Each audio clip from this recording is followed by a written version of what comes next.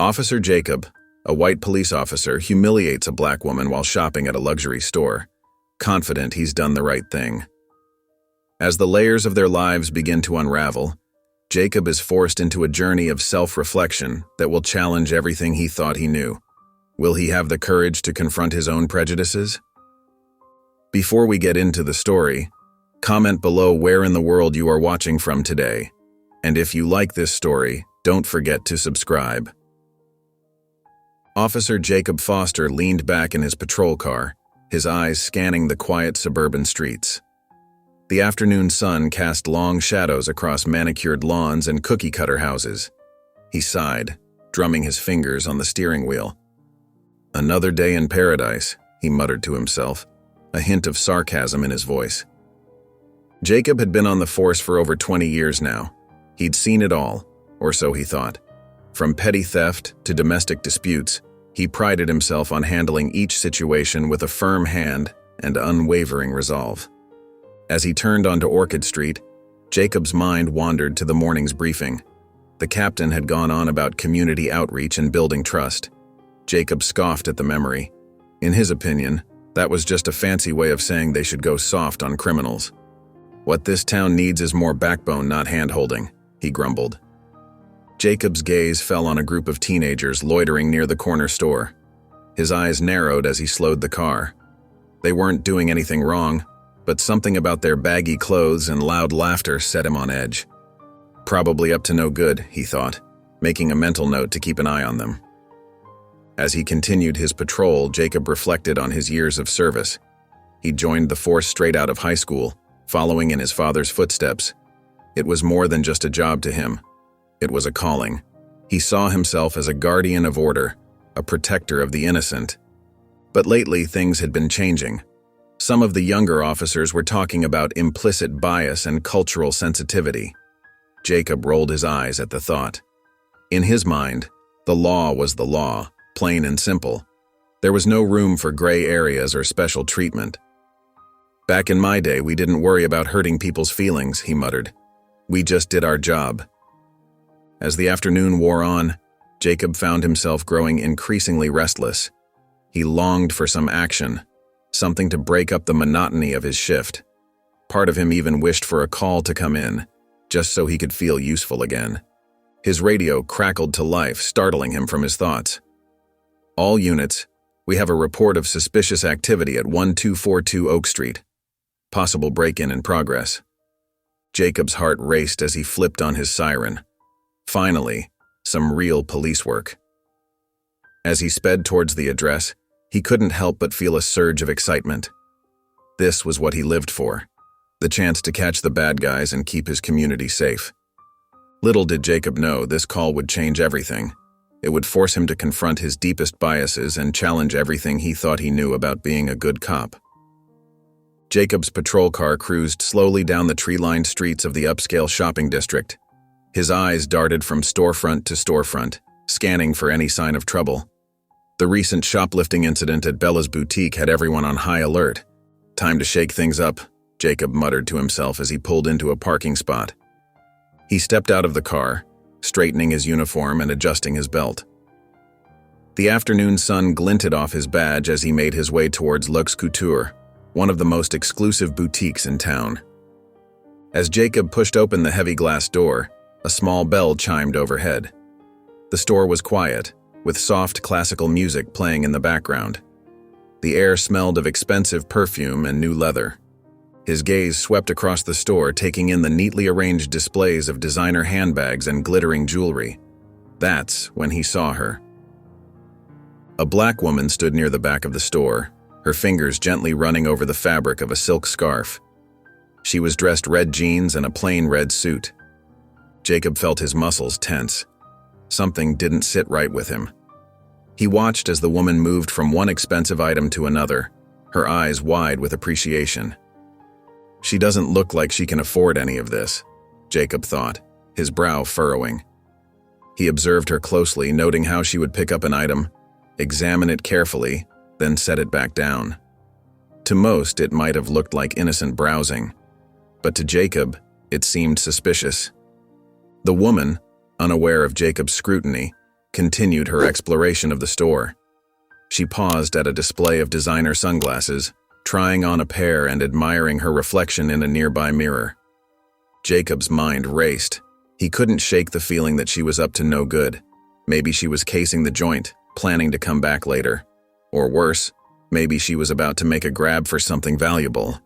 His hand instinctively moved to rest on his belt, close to his handcuffs. Jacob took a deep breath, steeling himself for what might come next. Better nip this in the bud, he thought, his jaw set with determination.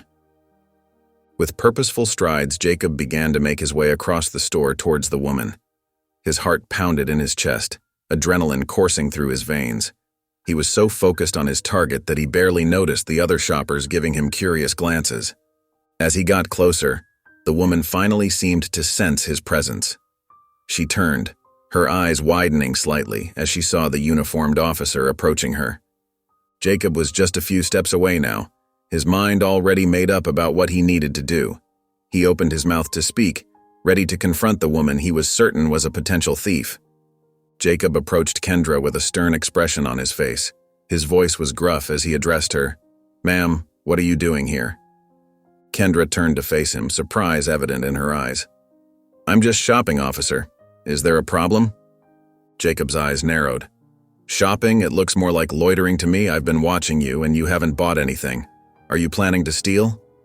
Kendra's face fell, shock and hurt replacing her earlier calm.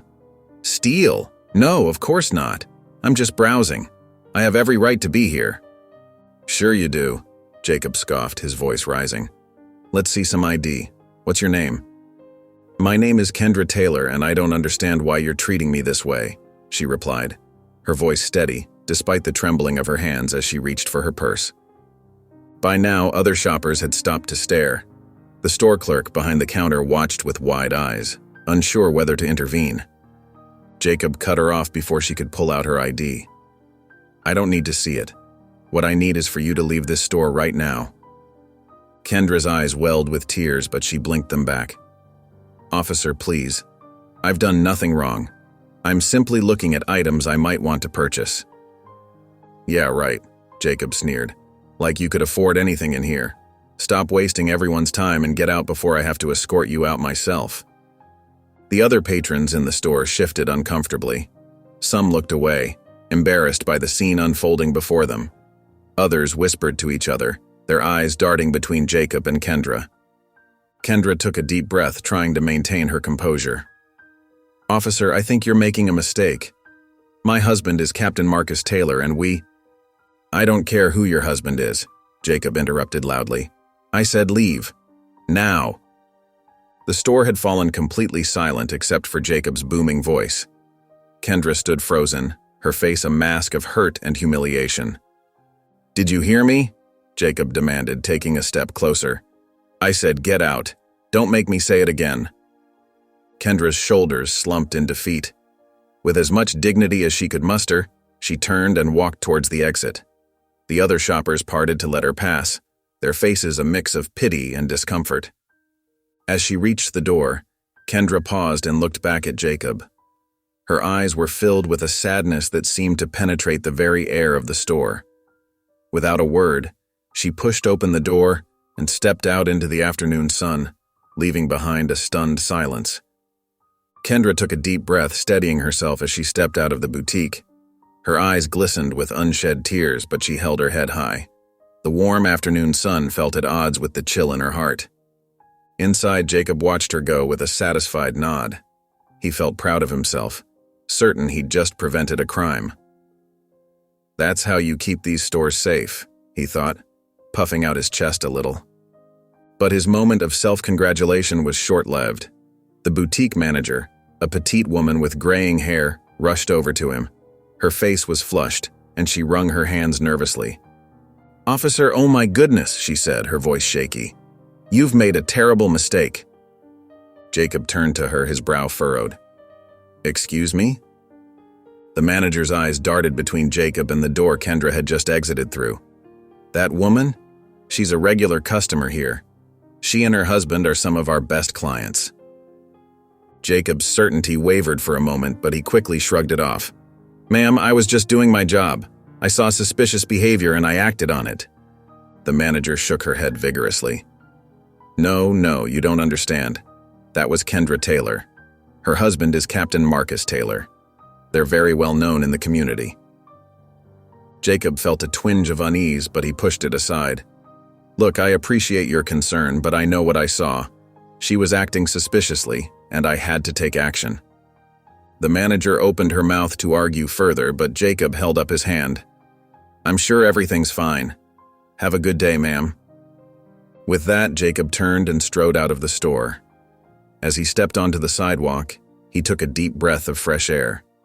But something didn't feel quite right. A tiny seed of doubt had been planted in his mind. Could I have been wrong? He thought for a brief moment, but then he shook his head, pushing the thought away. No, I was just doing my job. I'm sure of it. As he walked back to his patrol car, Jacob tried to ignore the uneasy feeling in his gut. He was a good cop, wasn't he? He'd been on the force for years. He knew what he was doing. But as he climbed into his car, that seed of doubt refused to be completely silenced. It sat there, small but persistent, at the back of his mind. Jacob returned to the station, his head held high. He felt good about how he'd handled the situation at the boutique. As he walked through the precinct, he nodded at his fellow officers, feeling like he'd done his part to keep the streets safe. But as the day wore on, something kept nagging at him. He couldn't shake the image of Kendra's calm face or the sound of the manager's worried voice. Jacob tried to push these thoughts away, focusing on his paperwork instead. During his lunch break, Jacob sat with a group of his co-workers in the break room. Between bites of his sandwich, he casually brought up the incident. "Yep, you guys won't believe what happened today," he said, leaning back in his chair. "Caught a potential shoplifter right in the act." Officer Ramirez, a younger cop, looked up from his phone. "Oh yeah? What happened?" Jacob puffed out his chest a little. "This woman was acting real suspicious in one of those fancy boutiques. I confronted her, and she tried to play it cool. But I knew better. Made her leave the store." There was a moment of silence. Officer Rodriguez, an older cop with salt and pepper hair, furrowed his brow. "Did you actually see her steal anything?" Jacob felt a flicker of unease, but he brushed it off. "Well, no. But you know how it is. You can just tell sometimes." The other officers nodded, but Jacob noticed their reactions weren't as enthusiastic as he'd expected. No one outright challenged him, but there was a subtle tension in the air. As the day went on, Jacob found himself replaying the incident in his mind. He kept telling himself he'd done the right thing, but doubt was starting to creep in. Just as his shift was ending, Jacob's phone rang. He glanced at the screen and felt his stomach drop. It was Captain Marcus Taylor. "Officer Foster," came the captain's stern voice. "I need to see you in my office first thing tomorrow morning." Jacob swallowed hard. "Yes, sir. May I ask what this is about?" There was a pause on the other end of the line. "We need to discuss an incident that occurred today. Be there at 8 a.m. sharp." The call ended, leaving Jacob staring at his phone. A cold feeling of dread washed over him. Somehow he knew this meeting wasn't going to be a pleasant one. Jacob arrived at the precinct the next morning, his stomach in knots. He'd barely slept, tossing and turning all night, wondering what Captain Taylor wanted to discuss. As he walked through the familiar hallways, everything felt different. His fellow officers seemed to avoid his gaze, and the usual chatter was replaced by hushed whispers. Taking a deep breath, Jacob knocked on the captain's door. "Come in," Captain Taylor's voice called out. Jacob stepped inside, immediately feeling the tension in the air. Captain Marcus Taylor sat behind his desk, his face unreadable. The usual warmth in his eyes was gone, replaced by a steely gaze that made Jacob's palms sweat. "Have a seat, Officer Foster," Taylor said, gesturing to the chair across from him. Jacob sat down, trying to keep his voice steady. "You wanted to see me, sir?" Taylor nodded, his expression grave. "I need you to walk me through what happened at the boutique yesterday. Every detail." Jacob swallowed hard, then began recounting the incident. As he spoke, he noticed Captain Taylor's jaw tightening, his eyes narrowing. The more Jacob explained, the darker Taylor's expression became. When Jacob finished, an uncomfortable silence filled the room. Captain Taylor leaned forward, his voice low and controlled. "Officer Foster, do you realize who that woman was?" Jacob shook his head, confusion etched on his face. Taylor's eyes bore into him. "That woman you humiliated, the one you accused of being a thief, was my wife, Kendra." Jacob felt as if the floor had dropped out from under him. His mouth went dry, and his heart pounded in his chest. The weight of his actions crashed down on him like a ton of bricks. Your wife?" he stammered, his voice barely above a whisper. Captain Taylor nodded, his eyes never leaving Jacob's face. "Yes, Officer Foster, my wife." Jacob's mind raced, trying to make sense of this revelation. He had accused the captain's wife of being a thief. He had humiliated her in public. The shame and guilt washed over him in waves. "Sir, I don't know what to say," Jacob managed, his voice shaking. "I'm so sorry. I never meant to." Captain Taylor held up a hand, silencing him. "I know you didn't mean to, Foster, but that's the problem. Your actions, whether intentional or not, have consequences." Jacob nodded, feeling sick to his stomach. Am I going to lose my job?" he asked, dreading the answer. To his surprise, Captain Taylor shook his head. "No, Foster, I'm not going to fire you, but I am going to give you a chance to make this right." Jacob looked up, a mix of relief and confusion on his face. "What do you mean, sir?" Captain Taylor leaned back in his chair, his expression softening slightly. "I want you to spend time with Kendra. Learn from her.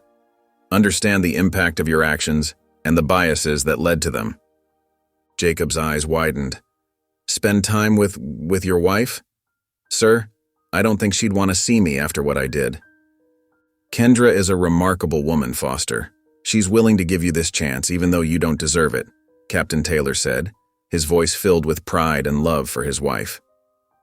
Jacob felt a glimmer of hope, but it was quickly overshadowed by anxiety. How could he possibly face Kendra after what he'd done? What would this mean for his career? And most importantly, how could he ever make amends for such a colossal mistake? I don't know what to say, sir," Jacob admitted, his voice small. Captain Taylor's gaze softened further. "You don't have to say anything right now, Foster. Just be ready to learn and to change. This isn't going to be easy, but it's necessary. Not just for you, but for all of us." Jacob left Captain Taylor's office in a daze, his mind reeling from the unexpected turn of events. As he walked through the precinct, the familiar surroundings seemed alien to him now. He felt the weight of his colleagues' eyes on him, wondering if they knew what had happened. Finding a quiet corner, Jacob leaned against the wall and took a deep breath. His heart was still racing and his palms were sweaty. He tried to make sense of everything that had just transpired. "I was just doing my job," he muttered to himself, clinging to the belief that had guided him for so long. But even as the words left his lips, doubt crept in. Jacob's mind flashed back to the boutique, to Kendra's calm demeanor in the face of his accusations. He remembered the look in her eyes, not anger or defiance, but a quiet dignity that now made him feel small. "Maybe I was too quick to judge," he admitted reluctantly, running a hand through his hair. The weight of his actions pressed down on him like a physical force. Jacob had always prided himself on being a good cop, on protecting the community. But now, he was forced to confront the possibility that his actions might have caused harm instead. As he stood there lost in thought, Jacob's certainty began to crumble. Questions he had never asked himself before bubbled to the surface. Had he really been fair in his assessment of Kendra? Were there other times when his judgment had been clouded by unconscious biases? The prospect of spending time with Kendra filled Jacob with a mix of dread and anxiety. How could he face her after what he'd done? What would he say? The thought of it made his stomach churn. But as uncomfortable as it made him feel, Jacob knew he had no choice. If he wanted to keep his job and maintain his standing in the precinct, he would have to go through with it. More than that, a small part of him, a part he was barely ready to acknowledge, knew that this was necessary. That evening, with a heavy sigh, Jacob straightened up. He pulled out his phone and, with trembling fingers, typed out a message to Captain Taylor. "I'll do it, sir. I'll meet with Kendra. Just let me know when and where."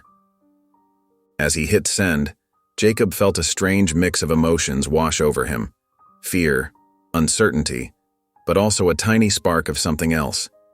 Maybe, just maybe, this was an opportunity for growth, for change. But that path seemed long and daunting, and Jacob wasn't sure he was ready for it. Jacob's heart raced as he approached the community center where he was set to meet Kendra. His palms were sweaty and he felt a knot in his stomach. As he entered the building, he spotted her immediately, standing tall and composed near the reception desk. "Officer Foster," Kendra greeted him, her voice calm and steady. "Thank you for coming." Jacob swallowed hard, unable to meet her eyes. "Mrs. Taylor, I'm sorry about—" Kendra held up a hand, cutting him off gently. "Let's not dwell on that right now. I'd like to show you something if you're willing." Surprised by her gracious demeanor, Jacob nodded silently. Kendra led him through the bustling community center to a large room where a group of women were gathered. Some were chatting animatedly, while others sat quietly, looking nervous. "This is our weekly support group for women from the local housing shelter," Kendra explained. "Many of them have faced challenges that most people can't even imagine." Jacob watched as Kendra moved among the women, greeting each one by name. Her smile was warm and genuine, and the women's faces lit up when she spoke to them. It was a far cry from the tense confrontation at the boutique. As the meeting began, Jacob sat in the back, observing. He listened as the women shared their stories, tales of hardship, discrimination, and resilience. One woman spoke about being turned away from job interviews because of her appearance. Another shared her struggle to find safe housing for her children. With each story, Jacob felt a growing discomfort. These women, like Kendra, had faced judgment and prejudice based on nothing more than their appearance or circumstances. He couldn't help but see parallels to his own actions at the boutique. Kendra facilitated the meeting with grace and empathy, offering words of encouragement and practical advice. Jacob was struck by the respect and admiration the women clearly had for her. As the meeting wound down, Kendra approached Jacob. "What did you think?" she asked softly. Jacob struggled to find the right words. I had no idea," he admitted. "These women, they're so strong, resilient, human." Kendra supplied. Jacob nodded, feeling a lump in his throat. "Yes, all of that. I've been so wrong about so many things." Kendra's expression softened. "Recognizing that is the first step, Officer Foster. The question is, what will you do with that knowledge?" As they left the community center, Jacob felt a whirlwind of emotions. His long-held beliefs were crumbling, and in their place, a new understanding was beginning to take root. He knew this was just the beginning of a long journey, but for the first time he felt ready to take those steps. Jacob shifted uncomfortably in his seat as he sat next to Kendra at the community meeting. The room was packed with people from all walks of life, their faces etched with concern and determination. As the meeting began, Jacob felt like an outsider, acutely aware of the uniform he wore and what it represented to many in the room. A community leader stood up, her voice strong and clear. "We're here today to discuss the challenges our neighborhood faces, especially when it comes to racial profiling and police interactions." Jacob's stomach tightened. He glanced at Kendra, who sat calmly beside him, her eyes focused on the speaker. One by one, community members stood up to share their experiences. A young man spoke about being stopped and searched multiple times on his way home from work. An elderly woman recounted how her grandson was wrongly arrested because he fit the description of a suspect. With each story, Jacob felt a growing sense of unease. These weren't just statistics or reports. These were real people, with real lives, affected by actions that he had always considered part of his job. A middle-aged man stood up, his hands shaking slightly. "I've lived here for 30 years, he said. "I own a business, I volunteer at the school. But every time I see a police car, I feel fear. That's not right." Jacob's mind flashed back to all the times he'd pulled someone over or stopped them on the street. Had they felt that same fear? Had he ever considered how his actions might impact their lives beyond that moment? As the meeting continued, Jacob found himself listening more intently, trying to see the world through these people's eyes. It was a perspective he had never truly considered before, and it was shaking the foundation of everything he thought he knew about his role as a police officer. The last person to speak was a woman in her early 30s. She stood up, her voice trembling slightly as she began to share her story. "Last month I was walking home from the grocery store," she said. "A police officer stopped me, accused me of stealing. He wouldn't listen when I tried to show him my receipt. He emptied my bags on the sidewalk, checked my ID, treated me like a criminal. All because I looked suspicious." Jacob felt a chill run down his spine.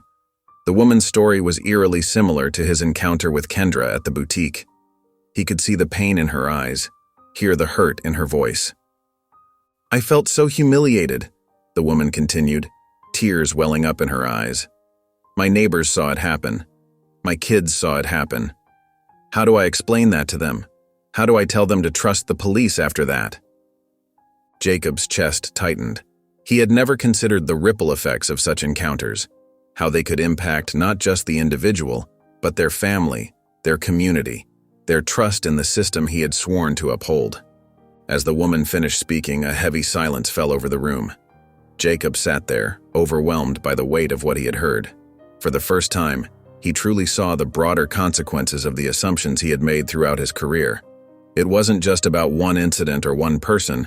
It was about a whole community living with fear and mistrust. The next day, Kendra and Jacob found themselves in the heart of a low-income neighborhood. The streets were lined with worn buildings, but there was a sense of community in the air. People greeted each other warmly, and children played on the sidewalks. Kendra led Jacob to a small community center where an outreach event was taking place. As they walked in, Jacob noticed how people's faces lit up at the sight of Kendra. She was greeted with warm smiles and heartfelt hugs. "Kendra, so good to see you," an elderly woman called out, her wrinkled face beaming. "Mrs. Johnson, how are you?" Kendra replied, embracing the woman. "How's your grandson doing with his college applications?" Jacob watched in awe as Kendra moved through the room, greeting everyone by name, asking about their families, their jobs, their struggles. She seemed to know everyone's story, and they all looked at her with deep respect and affection. As the event progressed, Jacob observed Kendra interacting with families who shared their experiences of facing prejudice. A young mother tearfully recounted how her son was bullied at school because of his skin color. A father spoke about the challenges of finding work due to his accent and appearance. With each story, Jacob felt a growing discomfort. He couldn't help but think about his own actions, his assumptions that had led to the incident with Kendra. The weight of his mistake pressed down on him, becoming more real with each passing moment. A teenage boy approached Kendra, his eyes downcast. "Ms. Kendra, I got stopped by the police again yesterday. They said I looked suspicious." Kendra's face softened with compassion. "I'm so sorry, Michael. That must have been scary. Do you want to talk about it?" As Jacob listened to the boy's story, he felt a mix of shame and defensiveness. Part of him wanted to explain, to justify why officers might stop someone, but another part of him, growing stronger by the minute, recognized the hurt in the boy's voice. Throughout the event, Jacob noticed how Kendra's presence seemed to bring hope to these families. She offered words of encouragement, practical advice, and sometimes just a listening ear. The respect she commanded was palpable, and Jacob found himself in awe of her impact on the community. As they were leaving, a man stopped them. "Kendra, thank you for all you do," he said earnestly. "You're making a real difference here." Jacob felt a pang in his chest. He thought about how differently he had treated Kendra in the boutique, how he had judged her based on nothing but appearance. The contrast between his actions and the community's reverence for her was stark. On the drive back, Jacob remained quiet, lost in thought. He was beginning to see the real-life effects of the assumptions he had made throughout his career. The faces of the people he had met, their stories, their pain. It all swirled in his mind. Yet a part of him still clung to his old beliefs.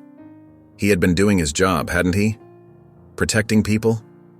The internal conflict grew, leaving Jacob feeling more conflicted than ever. The following weekend, Jacob and Kendra arrived at the local community fair. The park was alive with colorful booths, the smell of food wafting through the air, and the sound of laughter and chatter filling the space.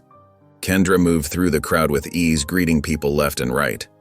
Jacob trailed behind, feeling out of place in his casual clothes, so different from his usual uniform. "Kendra," a young woman called out, waving enthusiastically. "We've been waiting for you. The kids are so excited about the reading corner." Kendra's face lit up. "I wouldn't miss it for the world, Sarah. Let's head over there now." As they walked, Jacob noticed how people's faces brightened when they saw Kendra. Children ran up to her, tugging at her clothes and begging for hugs. Adults nodded respectfully, some even stopping to shake her hand. At the reading corner, a group of children sat on colorful mats, their eyes wide with anticipation. Kendra settled down among them, pulling out a book with a worn cover. "All right, who's ready for a story?" she asked, her voice warm and inviting. As Kendra read, bringing the story to life with different voices and animated gestures, Jacob watched in awe. The children were captivated, hanging on her every word. Even some adults had gathered around, drawn in by Kendra's storytelling. When she finished, a little girl piped up, "Ms. Kendra, when I grow up, I want to be just like you." Kendra's eyes softened. "You can be anything you want to be, sweetheart. And I'll be right here cheering you on." Throughout the day, Jacob observed as Kendra moved from booth to booth, helping where she could. She assisted elderly visitors, comforted a crying child who had lost his balloon, and even rolled up her sleeves to help serve food at the community kitchen booth. As the sun began to set, casting a warm glow over the fair, Jacob found himself standing back, watching Kendra chat with a group of community leaders. Her voice was firm but kind as she discussed plans for a new after-school program. It hit Jacob then like a punch to the gut. Kendra wasn't just someone he had wronged. She was a pillar of this community, a source of strength and hope for so many. The realization left him feeling small and ashamed. He thought back to that day in the boutique, how he had treated her with suspicion and disdain. Now, seeing her in her element, surrounded by people who clearly adored her, Jacob felt the full weight of his actions. As Kendra said goodbye to the last of the fairgoers, Jacob knew he needed to apologize, but the words stuck in his throat. How could he possibly make up for what he had done? How could he express the depth of his regret? Kendra turned to him, her face showing signs of tiredness but still warm. "Ready to head back?" she asked. Jacob nodded, still wrestling with his thoughts. He wanted to say something, to acknowledge the amazing work she did, to apologize for his behavior. But he remained silent, unsure of how to bridge the gap between them.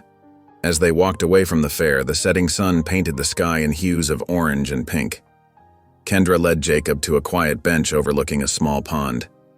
The gentle lapping of water against the shore filled the air with a soothing rhythm. Kendra sat down, patting the spot next to her.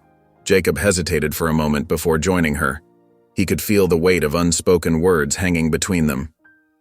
"Jacob," Kendra began softly, her eyes fixed on the horizon. "I think it's time I shared something with you." She took a deep breath, her hands folded neatly in her lap. "I grew up not far from here, in a neighborhood that many people wrote off as troubled. From a young age, I learned that the world often judged me before knowing me." Jacob listened intently, his heart beginning to race as he sensed the importance of what Kendra was about to share. "I remember the first time I truly understood what discrimination felt like," Kendra continued, her voice steady but tinged with sadness. "I was just a little girl, maybe 7 or 8. My mom had saved up to buy me a pretty dress for a school event. I was so excited to wear it." She paused, a distant look in her eyes. "But when I got to school, a teacher pulled me aside.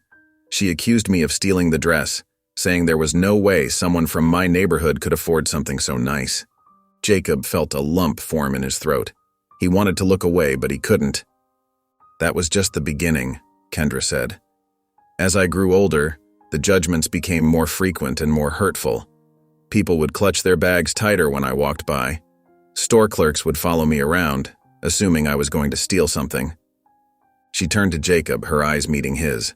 But you know what, Jacob? Those experiences didn't make me bitter. They made me determined to prove them wrong, to make a difference, to be the change I wanted to see in the world. Jacob sat in stunned silence, the gravity of his actions at the boutique hitting him full force. He saw Kendra in a new light, not just as a victim of his prejudice, but as a strong, resilient woman who had faced a lifetime of such treatment and still chose to respond with grace and kindness. "I'm sharing this with you," Kendra said gently, "because I want you to understand. The assumptions we make, the judgments we pass, they have real consequences. They shape people's lives in ways we can't always see." As Kendra's words sank in, Jacob felt a deep sense of shame wash over him. He had been part of the problem, perpetuating the very prejudices that Kendra had fought against her entire life. Yet here she was, sharing her story with him, offering him a chance to learn and grow. The following day, Jacob accompanied Kendra to another community center. The bustling activity inside reminded him of how much work went into supporting those in need. As they walked through the corridors, a familiar voice called out, "Jake, is that you?" Jacob turned to see his old friend Mike approaching with a grin. They hadn't seen each other in years, not since Mike had left the force to work in private security. "Mike, what are you doing here?" Jacob asked, genuinely surprised. Mike chuckled. "Volunteering, believe it or not," the wife insisted. "What about you? Never thought I'd see you in a place like this." Jacob hesitated, unsure how to explain his situation. "I'm learning. Kendra over there is showing me the ropes." Mike raised an eyebrow. "Kendra?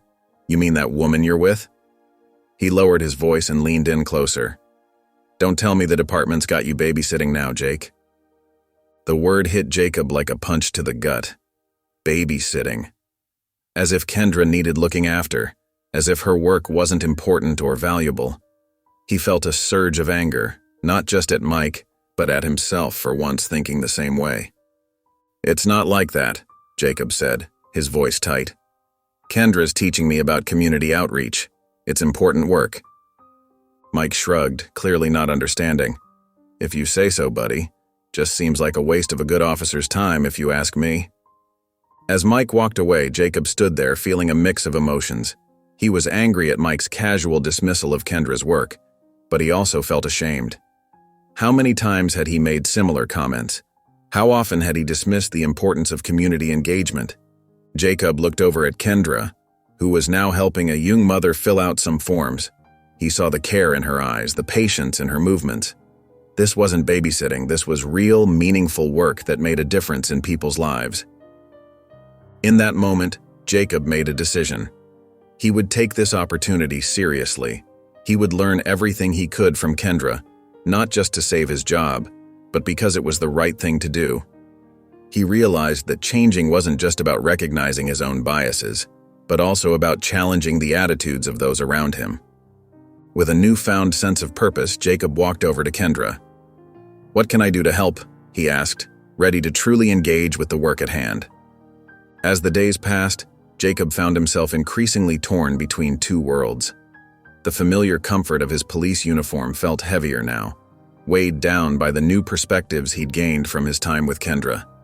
Each shift brought a fresh wave of uncertainty as he struggled to reconcile his changing views with the expectations of his role. One sunny afternoon, Jacob was patrolling a bustling shopping district when a commotion caught his attention. Outside a small convenience store, a heated argument was unfolding. As he approached, he saw a young black teenager, no more than 15, being confronted by an angry store owner. "I know you took something," the owner shouted, his face red with anger. "Empty your pockets right now." The teenager, visibly shaken, protested his innocence. "I didn't take anything, I swear." Jacob felt a familiar surge of adrenaline, but this time it was different. Instead of immediately assuming guilt, he found himself noticing details he might have overlooked before. The fear in the boy's eyes, the trembling of his hands. These weren't the signs of a guilty shoplifter, but of a scared kid. "What seems to be the problem here?" Jacob asked, keeping his voice calm and neutral. The store owner turned to Jacob, relief evident on his face. "Officer, thank goodness. This kid was acting suspicious, and I'm sure he stole something. Search him." And Jacob looked at the teenager who was on the verge of tears. "Sir, did you see him take anything?" The owner hesitated. "Well, no, but he was lurking around the snack aisle for a long time. He must have pocketed something." Jacob took a deep breath, feeling the weight of the moment. He thought of Kendra, of the stories he'd heard in the community meetings. He thought of his own past mistakes.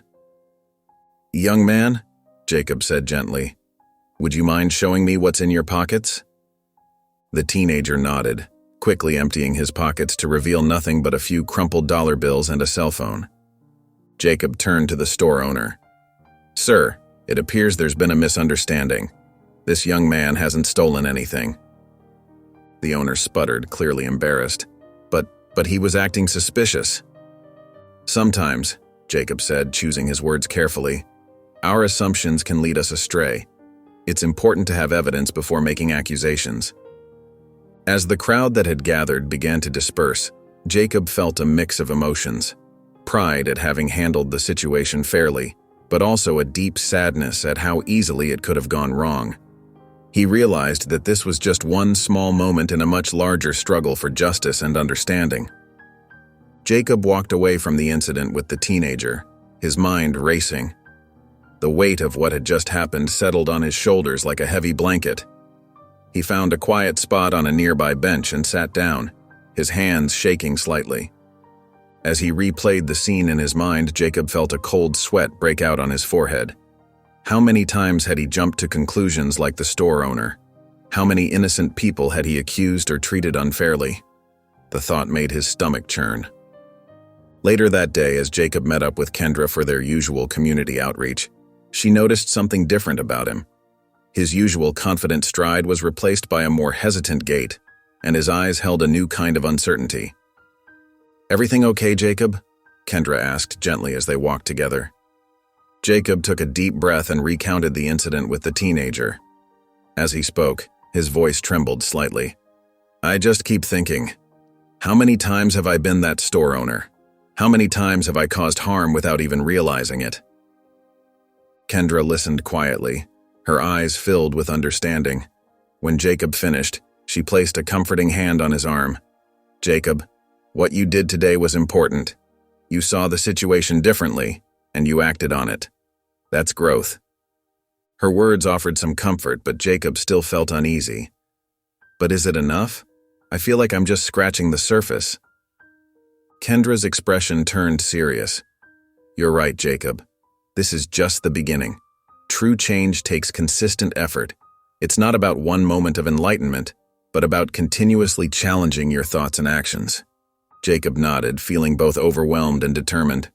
"I want to do better, Kendra. I need to do better." "That's a good start," Kendra said with a small smile. "But remember, this journey isn't always easy. There will be times when you slip back into old habits. The important thing is to keep pushing forward, to keep learning and growing." As they continued their walk, Jacob fell silent, mulling over Kendra's words. He realized that he had only begun to scratch the surface of understanding his own biases. The work ahead seemed daunting, but for the first time, he felt truly committed to change. Next day, Jacob stood nervously on the porch of Marcus and Kendra's home, his heart pounding in his chest. He took a deep breath before ringing the doorbell. The sound echoed through the house, and moments later, Marcus opened the door. His face was stern but not unkind as he ushered Jacob inside. The living room was warm and inviting, filled with family photos and comfortable furniture. Kendra sat on the couch, her hands folded in her lap. Jacob's eyes met hers, and he felt a wave of shame wash over him. "Please have a seat," Marcus said, gesturing to an armchair across from the couple. Jacob sat down, his hands trembling slightly. He opened his mouth to speak, but the words caught in his throat. The room fell silent, the tension palpable. Finally, Jacob found his voice. I don't even know where to begin," he said, his voice barely above a whisper. "What I did? It was inexcusable. Kendra and Marcus remained quiet, their faces unreadable. Jacob felt tears welling up in his eyes. "I've been so blind," he continued, his voice cracking. "I never realized how much harm I was causing. I thought I was doing my job, but I was wrong. So terribly wrong." The tears began to fall freely now, and Jacob made no attempt to wipe them away. "I'm sorry. I'm so sorry for what I did to you, Kendra. For how I treated you. For all the times I've done the same to others without even realizing it." Jacob's shoulders shook as he sobbed, years of unconscious bias and misguided actions crashing down on him. "I know I can never truly make up for what I've done, but I want you to know that I'm committed to changing, to doing better, to being better." As Jacob paused to catch his breath, Kendra leaned forward slightly. Her expression had softened, and there was a glimmer of something in her eyes, not quite forgiveness, but perhaps understanding. "Jacob," she said softly, "I appreciate your apology, and I can see that you're genuinely trying to change." Kendra's eyes softened as she looked at Jacob. "I accept your apology, Jacob," she said gently, "and there's something else I want to share with you." She placed a hand on her belly, a small smile playing on her lips. "We're expecting a baby." The news hit Jacob like a tidal wave. His eyes widened, and he felt his breath catch in his throat. Suddenly, the weight of his actions crashed down on him with renewed force. This wasn't just about Kendra anymore. It was about an innocent child who would be born into a world still plagued by prejudice. Prejudice that he had once been a part of. "You're pregnant?" Jacob whispered, his voice thick with emotion. He looked from Kendra to Marcus, seeing the mixture of joy and concern in their eyes. I don't know what to say." Kendra leaned forward, her voice soft but firm. "Jacob, when you confronted me in that store, it wasn't just about me. It was about the world my child will grow up in. The fear I felt wasn't just for myself, but for my baby's future." Jacob felt tears welling up in his eyes again. He could see it now. A little boy or girl with Kendra's kind eyes and Marcus's strong presence facing a world that might judge them before they even had a chance to speak. "That incident," Kendra continued, her hand still resting on her belly, "it made me realize how much work we still have to do, how much fear I carry for my child's safety in this world." Jacob's heart ached at her words. He thought about all the times he had acted without thinking, all the lives he might have impacted without ever knowing. And now, faced with the reality of Kendra and Marcus's unborn child, he felt a fierce determination growing within him. "I promise you," Jacob said, his voice trembling but resolute, "I will do everything in my power to make this right. Not just for you, Kendra, but for your child, for all the children who deserve a world free from prejudice and fear." He looked at Marcus and Kendra, his eyes filled with determination. "I want to be part of the change. I want to help create a world where your child, where all children, can feel safe and valued, regardless of the color of their skin." Jacob left Kendra and Marcus's home that day with a renewed sense of purpose. His vow to make a difference echoed in his mind, driving him to take action. The next morning, he called Kendra and asked how he could get more involved in her community work. Over the following weeks, Jacob began volunteering regularly at the community center where Kendra spent much of her time. At first, he felt out of place, unsure of how to interact with the people he once viewed with suspicion. But Kendra's gentle guidance and the welcoming nature of the community members slowly put him at ease. Jacob found himself immersed in various outreach programs. He helped serve meals at the local soup kitchen, tutored children after school, and even assisted in organizing a job fair for the unemployed. As he worked alongside Kendra, he watched her in awe, marveling at her ability to connect with everyone she met. Gradually, Jacob became more comfortable in his new role. He was no longer just an observer on the sidelines. He was an active participant in the community. The relationships he formed were genuine and heartfelt. Mrs. Johnson, an elderly woman who came to the center for companionship, always greeted him with a warm smile. Tyrone, a teenager he tutored in math, began to open up about his dreams of becoming an engineer. One afternoon, as Jacob helped paint a mural at the community center, he found himself chatting and laughing with the other volunteers. It struck him how natural it felt, how far he had come from the man who had confronted Kendra in that boutique. "You're doing great work, Jacob," Kendra said, joining him as he took a break. "I can see the change in you." Jacob nodded, a mix of pride and humility washing over him. "I feel it too," he admitted, "but I know there's still so much more to be done." He looked around at the bustling community center, at the lives he was now a part of. The impact of his efforts was tangible, but he understood that this was just the beginning. There were still bridges to build, minds to change, and a future to shape for Kendra's child and countless others. Jacob stood at the podium, his hands trembling slightly as he gripped the edges. The town hall was packed, faces both familiar and unfamiliar staring back at him. He took a deep breath, his eyes finding Kendra and Marcus in the crowd. They nodded encouragingly, giving him the strength to begin. "Good evening, everyone," Jacob started, his voice wavering slightly.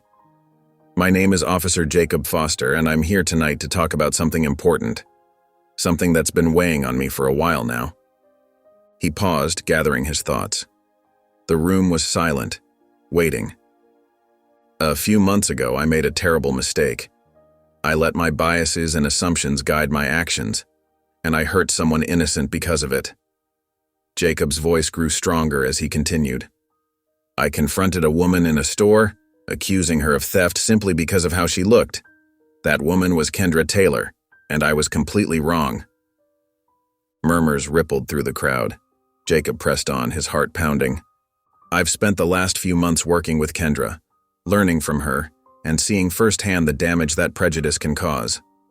I've realized how my actions as a police officer have affected this community, and I'm deeply sorry." Tears welled up in Jacob's eyes as he spoke. "I stand before you today, not just as an officer, but as a man who has made mistakes. I've caused harm, and I know that simply saying sorry isn't enough. But I want you all to know that I'm committed to change. I'm committed to doing better, to being better." Jacob's voice cracked with emotion. "I ask for your forgiveness, but more importantly, I ask for the chance to make things right, to work alongside you, to protect and serve this community the way I always should have." As Jacob finished speaking, he felt drained, vulnerable. The room was quiet for a moment, and then someone started clapping. Soon, the applause spread, filling the hall. An elderly woman stood up, her eyes glistening with tears. "Officer Foster, thank you for your honesty. It takes a big person to admit their mistakes. We forgive you."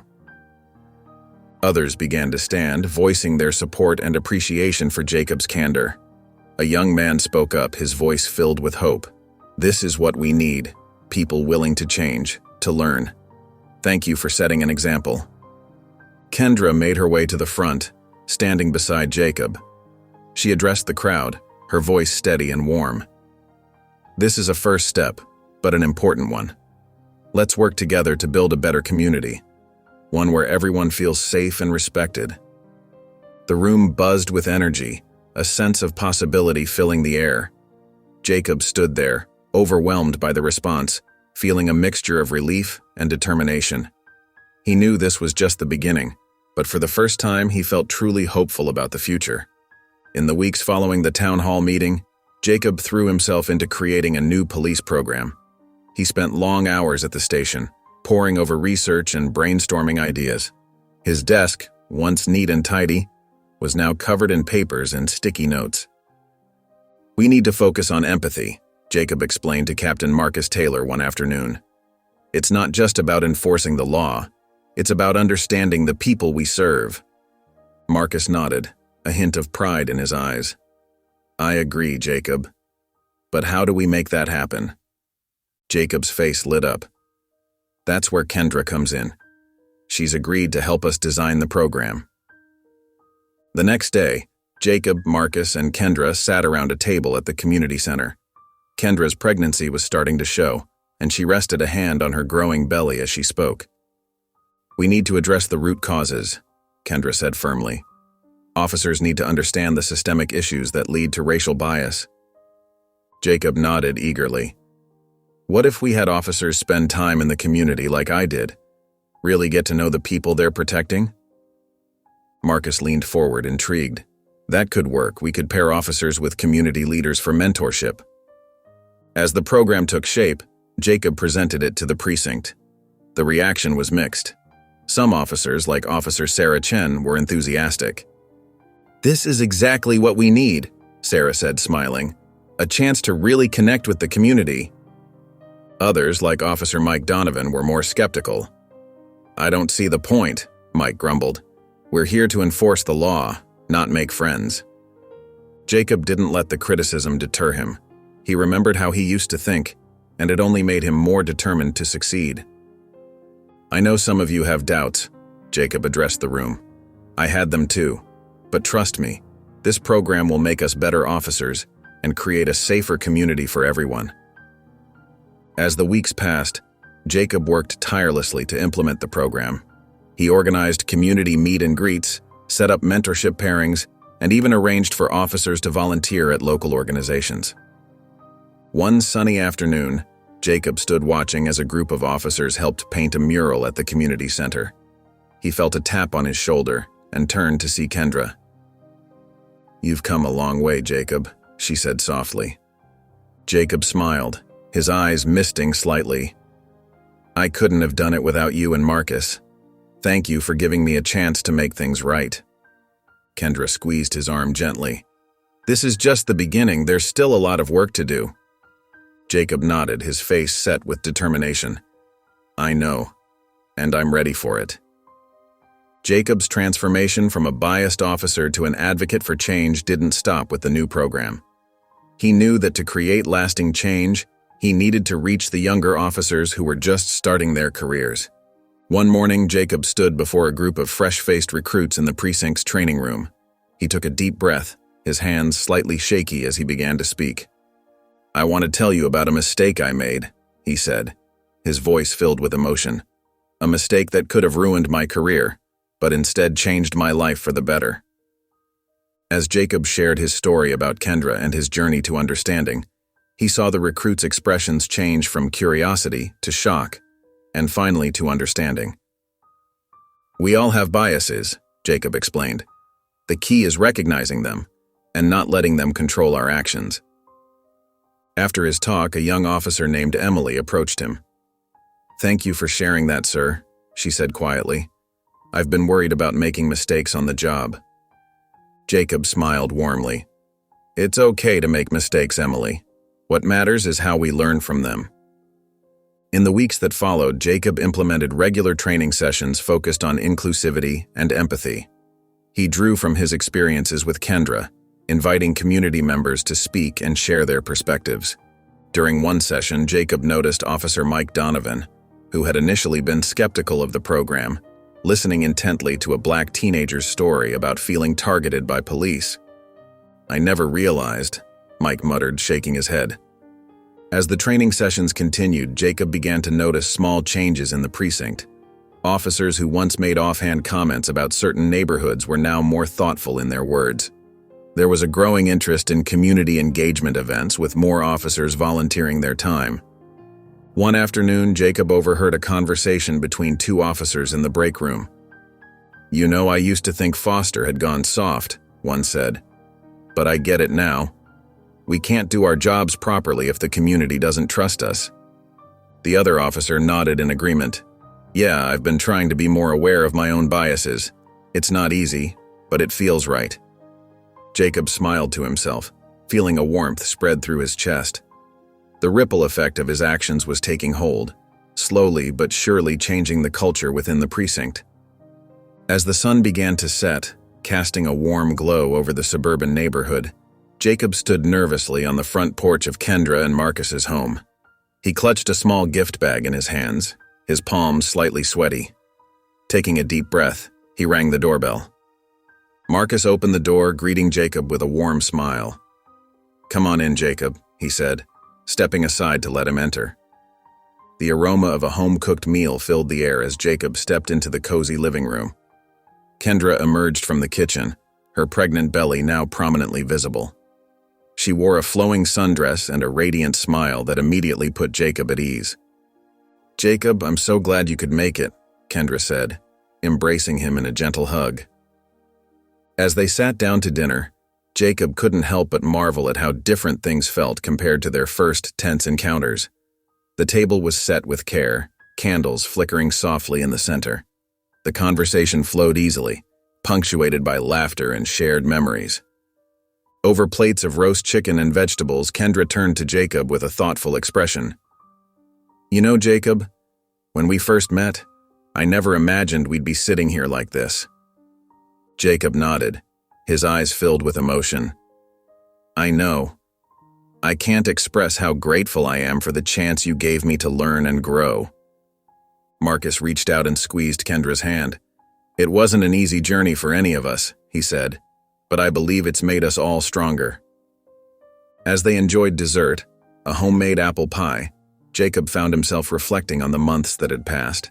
He thought about the community events, the difficult conversations, and the gradual change he'd witnessed in himself and his fellow officers.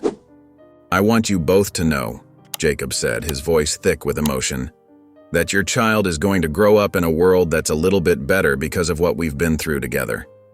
Kendra's eyes welled up with tears as she rested a hand on her belly. "That means so much to us, Jacob. It's all we've ever wanted, to make a difference, to create a safer world for our baby." The evening continued with shared stories and hopes for the future. As Jacob looked around the warm, welcoming home, he felt a sense of peace and belonging that he'd never experienced before. The journey that had begun with a terrible mistake had led to this moment of mutual respect, understanding, and hope for a brighter future. As the seasons changed, so did the lives of Jacob, Kendra, and Marcus. The warm summer days gave way to crisp autumn air, and with it came the excitement of new beginnings. On a bright October morning, Jacob's phone buzzed with an urgent message from Marcus. "It's time. Meet us at the hospital." Jacob's heart raced as he rushed to join them. Hours later, he found himself pacing the hospital corridor, nervously anticipating news.